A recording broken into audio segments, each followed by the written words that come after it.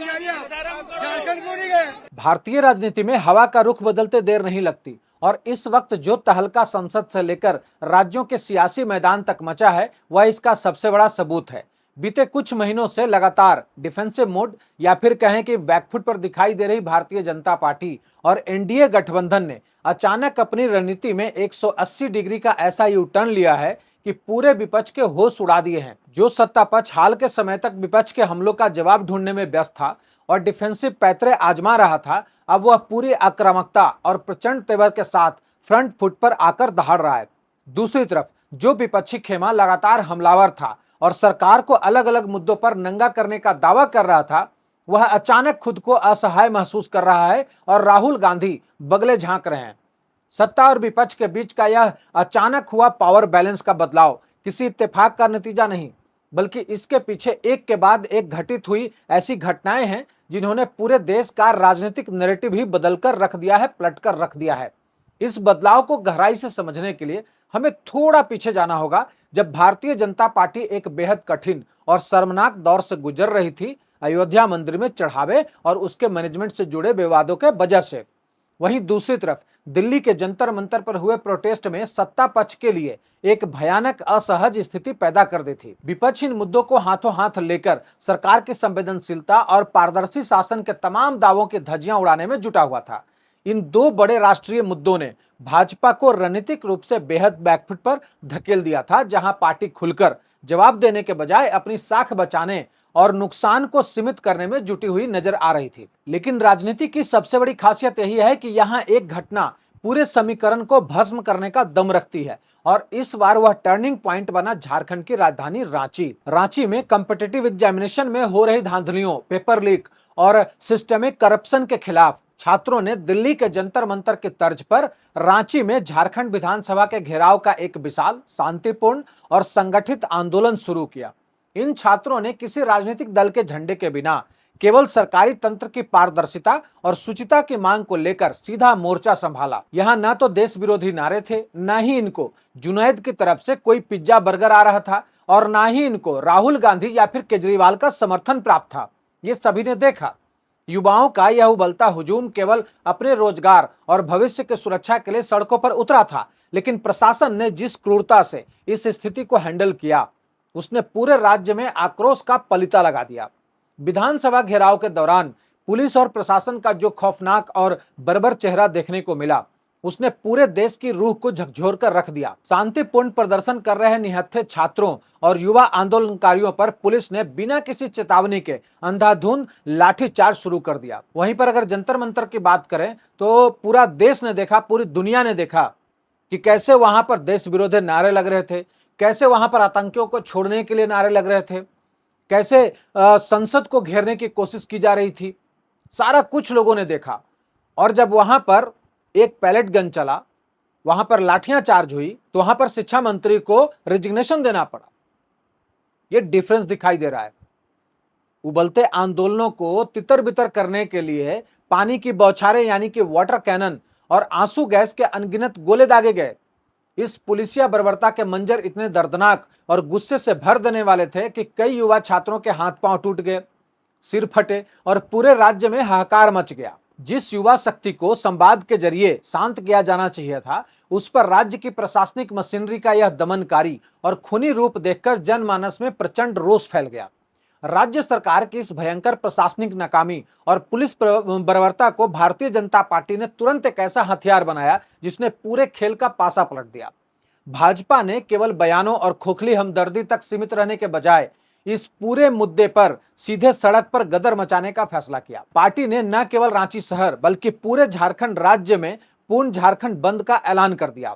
इस बंद के दौरान पूरे राज्य का पहिया ठप हो गया, व्यापारिक प्रतिष्ठान बंद रहे और जनता की भारी जन समर्थन भाजपा के इस आक्रामक प्रदर्शन को मिला। इस कदम से भाजपा ने स्थानीय स्तर पर झारखंड मुक्ति मोर्चा यानी कि जेएमएम और कांग्रेस की साझा सरकार के खिलाफ एक ऐसा जन आंदोलन खड़ा कर दिया जिसने प्रांतीय राजनीति से निकलकर सीधे दिल्ली के सत्ता के गलियारों तक तहलका मचा दिया। झारखंड के इस घटना का असर केवल राज्य की सीमाओं तक सीमित नहीं रहा, बल्कि दिल्ली में चल रहे संसद सत्र के दौरान इसका प्रचंड और रौद्र रूप देखने को मिला। संसद सत्र के बीच एनडीए ने अपनी रणनीतिक एकजुटता और आक्रामकता का प्रदर्शन करने के लिए मंगल मिलन कार्यक्रम का आयोजन किया। प्रधानमंत्री के नेतृत्व में आयोजित इस कार्यक्रम में एनडीए के सभी घटक दलों के नेताओं ने एकजुट होकर तिरंगा लहराया।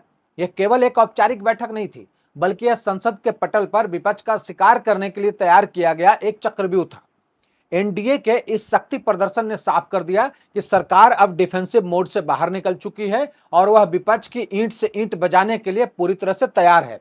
संसद भवन के भीतर इस नई आक्रामक रणनीति का असर तुरंत दिखाई देने लगा, जब एनडीए ने अपना सीधा निशाना कांग्रेस नेता और विपक्ष के सबसे प्रमुख चेहरे राहुल गांधी पर साध दिया।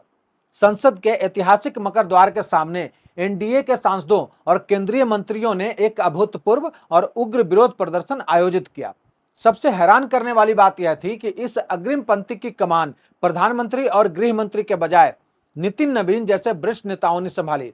हाथ में तख्तियां और प्ले कार्ड लेकर मंत्रियों ने सीधे राहुल गांधी की घेराबंदी करते हुए नारे लगाए, राहुल गांधी जवाब दे, रांची में बर्बरता पर राहुल मौन क्यों। विपक्ष के रूप में हमेशा छात्रों के हक की डफली बजाने वाले राहुल गांधी पर भाजपा ने सीधा प्रहार करते हुए उनकी चुप्पी को कटघरे में खड़ा कर दिया। हमला यहीं पर नहीं रुका, बल्कि एनडीए सांसदों ने इस रणनीतिक घेराबंदी को संसद परिसर के प्रवेश द्वार तक खींच दिया।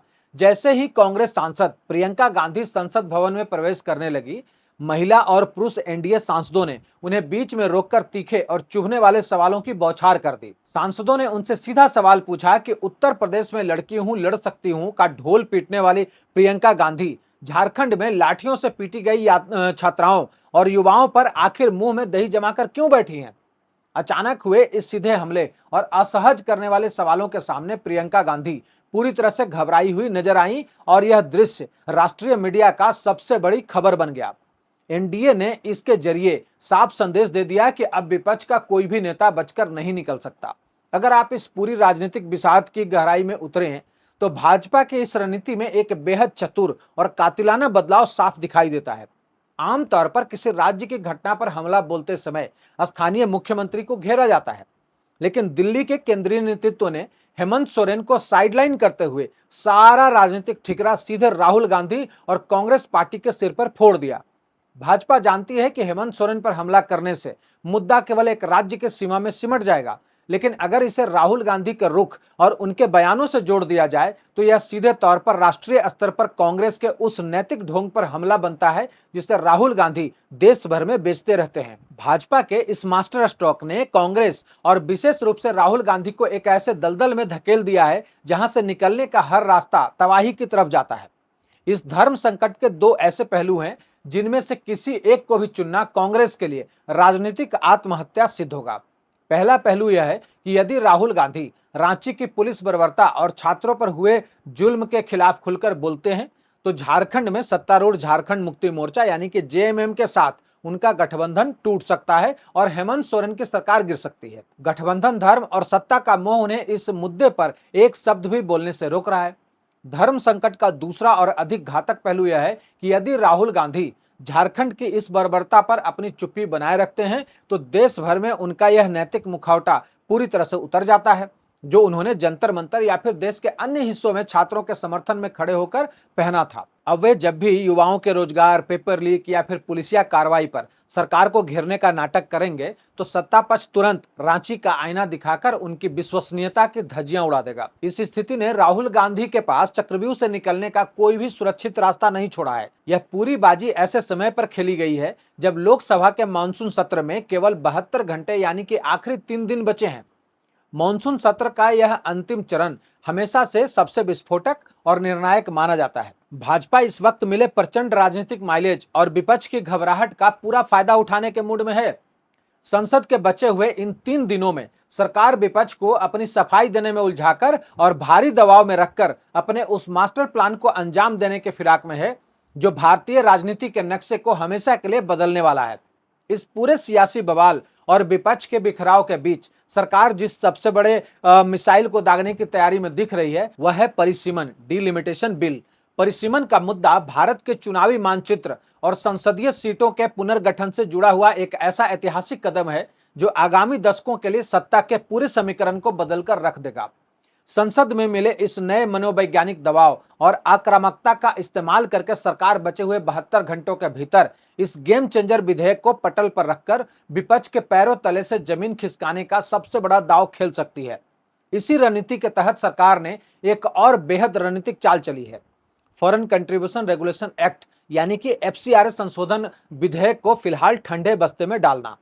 हालांकि एफसीआरए कानून एनजीओ और विदेशी फंडिंग पर शिकंजा कसने के लिहाज से सरकार के एजेंडे में था, लेकिन सरकार अभी इसे जबरन आगे बढ़ाकर कोई फालतू रिस्क लेना नहीं चाहती, ऐसा दिखाई दे रहा है।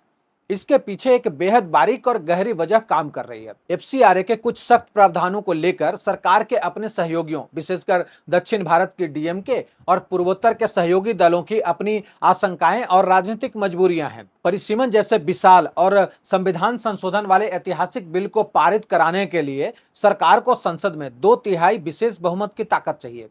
2/3 बहुमत जुटाने के लिए एनडीए के भीतर चट्टानी एकजुटता और हर एक सहयोगी का समर्थन अनिवार्य है। ऐसे में भाजपा का शीर्ष नेतृत्व किसी छोटे बिल के चक्कर में अपने सहयोगी दलों के बीच कोई कड़वाहट या फिर तनाव पैदा नहीं करना चाहता। यही वजह है कि सरकार ने एफसीआरए जैसे विधेयक को रोककर अपनी पूरी ताकत और सहयोगियों के भरोसे को परिसीमन जैसी ऐतिहासिक एजेंडे पर झोंक दिया है। इस विधायी दावपेच के संकेत बिजनेस एडवाइजरी कमेटी यानी कि बीएसी की बैठकों में भी साफ दिखाई दिए थे। जब एफसीआरए पर बहस छिड़ी तो लोकसभा अध्यक्ष ओम बिरला ने एक रास्ता निकालते हुए सुझाव दिया था कि यदि इस पर सर्वसम्मति नहीं बन रही है तो इसे जांच के लिए संयुक्त संसदीय समिति यानी कि जेपीसी या फिर सिलेक्ट कमेटी को भेजा जा सकता है। लेकिन अहंकार में डूबी कांग्रेस ने इस विधेयक का किसी भी रूप में समर्थन न करने का अड़ियल रुख अपनाया। कांग्रेस के इस रुख ने सरकार का काम और आसान कर दिया और सरकार ने रणनीति बदलकर विपक्ष को बड़े मुद्दे पर घेरने का फैसला कर लिया। संख्या बल और गणित के खेल को समझे तो एफसीआरए एक ऐसा विधेयक है जिसे सरकार संसद में किसी भी सामान्य सत्र के दौरान सिंपल मेजोरिटी से चुटकी बजाते ही पास करा सकती है। साधारण बहुमत सरकार की जेब में हमेशा रहता है, इसीलिए इसके लिए किसी विशेष मौके की जरूरत नहीं है। इसके विपरीत परिसीमन जैसा विधेयक विशेष बहुमत का विषय है, जिसे पास कराने के लिए विपक्ष के मनोबल के टूटने और खुद के चरम आक्रामक होने के क्षण की जरूरत होती है। यही कारण है कि मोदी सरकार ने छोटी लड़ाई को छोड़कर सीधे सबसे बड़े किले पर फतह हासिल करने पर ध्यान केंद्रित कर दिया है। अगर इस पूरे घटनाक्रम का निचोड़ निकालें तो रांची में बेकसूर छात्रों पर गिरी एक एक लाठी ने भारतीय राजनीति में एक ऐसा भूचाल ला दिया है जिसने बैकफुट पर चल रही भाजपा को शिकारी बना दिया है और आक्रामक होने का नाटक करने वाले विपक्ष को एक असहाय शिकार में बदल दिया है। मॉनसून सत्र के ये बचे हुए 72 घंटे केवल समय काटने का जरिया नहीं है, बल्कि यह तय करने वाली जंग है कि देश की सत्ता पर कौन राज करेगा। अब देखना यह है कि क्या राहुल गांधी और उनका खेमा इस तगड़ी घेराबंदी से बाहर निकलने का कोई रास्ता ढूंढ पाते हैं या फिर एनडीए का यह आक्रामक प्रहार भारतीय राजनीति की दिशा और दशा को हमेशा हमेशा के लिए बदलकर रख देगा। निर्णय अब वक्त के हाथ में है, लेकिन इस मुद्दे पर आपका विचार क्या है वो कमेंट सेक्शन में जरूर लिखिए। वीडियो को लाइक शेयर सब्सक्राइब करना मत भूलिए। इस एपिसोड में इतना ही, अगले एपिसोड में मिलते हैं, तब तक के लिए जय हिंद।